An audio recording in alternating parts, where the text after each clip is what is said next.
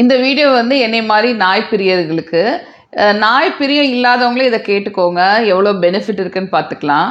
ஒரு நாய் வந்து என்ன சொல்லுவாங்க அப்படின்னா, ஒரு நாய் வாழும்போது அதோட வாழ்நாள் வந்து ரொம்ப குறைவு தான். ஏன்னா அது வந்து வெறும் 14 வருஷம் மட்டும்தான் இருக்கும் மேக்ஸிமம்.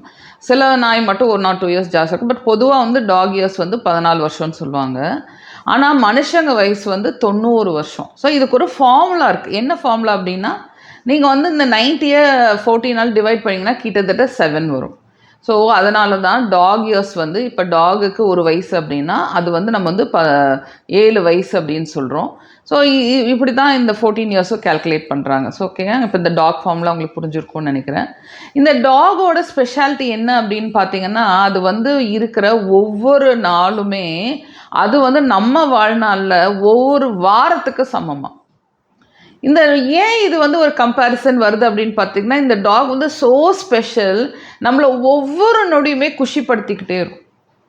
நீங்கள் ஒன்றும் இல்லை, நீங்கள் வெளியில் கடைக்கு போயிட்டு வாங்க, ஒரே குஷியாக இருக்கும். நீங்கள் சும்மா ஒரு ஒரு காய்கறி வாங்கிட்டு வாங்க, குஷியாக இருக்கும். ஒரு வாரம் கழித்து வாங்க, குஷியாக இருக்கும். ஒரு மாதம் கழித்து வாங்க, குஷியாக இருக்கும். எப்போ நம்ம வெளியில் போயிட்டு வந்தாலுமே குஷி கொடுத்துட்டே இருக்கோம். ஏன் வெளியில் நம்ம வந்து ரூமில் தூங்கிட்டு இருக்கோம், நம்ம வெளியே வந்துட்டோம், திருப்பி ரூம்குள்ளே போகும்போது அதை பார்த்து தான் அதுக்கு ஒரே குஷியாக இருக்கும். ஸோ ஒவ்வொரு நொடியும் ஒவ்வொரு நிமிஷமும் அது நம்மளை சந்தோஷப்படுத்திகிட்டே இருக்குது. அது ஒவ்வொரு நொடியும் நம்மளை சந்தோஷப்படுத்தும் போது, ஒவ்வொரு நாளும் நமக்கு சந்தோஷம் கொடுக்கும்போது நம்மளோட ஆயுள் வந்து ஒவ்வொரு வாரமாக எக்ஸ்டெண்ட் பண்ணிகிட்டே போகுமா. ஸோ எவ்வளோ ஒரு நல்ல விஷயம்ல இது. நான் எதுக்கு சொல்கிறேன்னா, டாக் லவர்ஸ்க்கு இது புரியும். அவங்க வந்து அதை அனுபவிச்சுட்ருக்காங்க, அது தெரியும். டாக் லவர்ஸ் இல்லாதவங்களுக்கு, இப்போ உங்கள் வீட்டில் குழந்தைங்க வந்து ரொம்ப ஏக்கமாக இருப்பாங்க. அவங்களுக்கு ஒரு நாய் வேணும்னு ரொம்ப ஆசைப்படுவாங்க. ஏன்னா அவங்களுக்கு அந்த வேணும், அந்த சந்தோஷம் வேணும். அந்த சந்தோஷம் வந்து எல்லாருனாலையும் உணர முடியாது.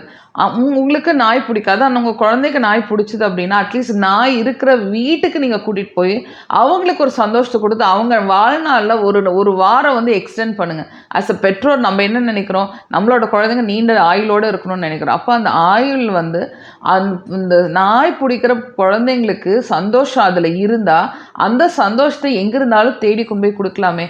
இதை கூட ஒரு பேரண்ட்னால் பண்ண முடியாதா? ட்ரை பண்ணி பாருங்கள்.